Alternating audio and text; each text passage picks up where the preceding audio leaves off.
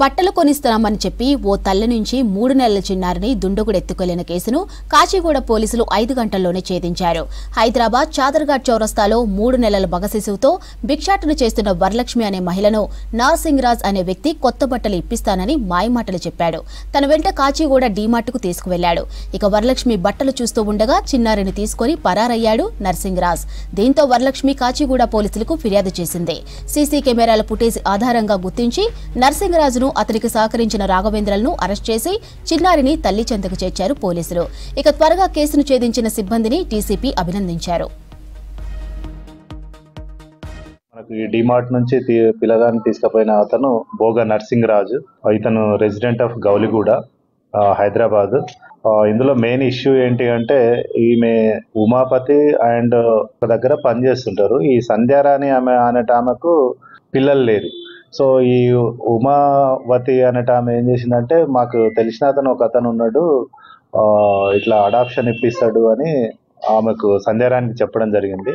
So సంధ్యారానికి చెప్తే తర్వాత ఈ ఉమావతి ఏం చేసిందంటే రాఘవేందర్ అనేటోడిని పరిచయం చేసింది.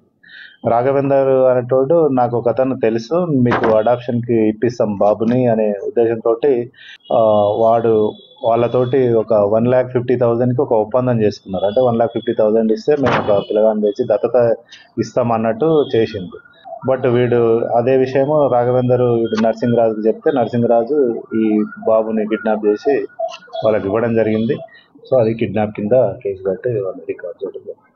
నేను బాబుని ఎత్తుకొని వస్తే ఆయన నుండి అక్కడికి వచ్చి డబ్బులు ఇచ్చిండు, 50 రూపాయలు ఇచ్చిండు. ఫస్ట్ తీసుకున్న అమ్మ నీకు నీ బాబుకు బట్టలు ఇప్పిస్తా, ఎక్కడికి సార్ అంటే షాప్కి రామ్మ అంటే సర్లే అని వెళ్ళాను. బాబు ఒకటే ఏడుస్తుంటే నేను పట్టుకుంటానమ్మా, నేను పట్టుకుంటాను. వద్దు వద్దు అంకుల్ అని, లేదు నేను పట్టుకుంటా అని చెప్పి ఎత్తుకున్నాడు. సర్లే తండ్రి లాంటి వాడని నేనేమనలేదు. ఇద్దరం కలిసే లోపలికి పోయినాం. నేను బాబుకి బట్టలు తీసుకోవడానికి ఇట్లా చూస్తున్నా, వెనక్కి మళ్ళీ చూసే లోపు లేడు అబ్బాయి లేడు, అతను లేడు.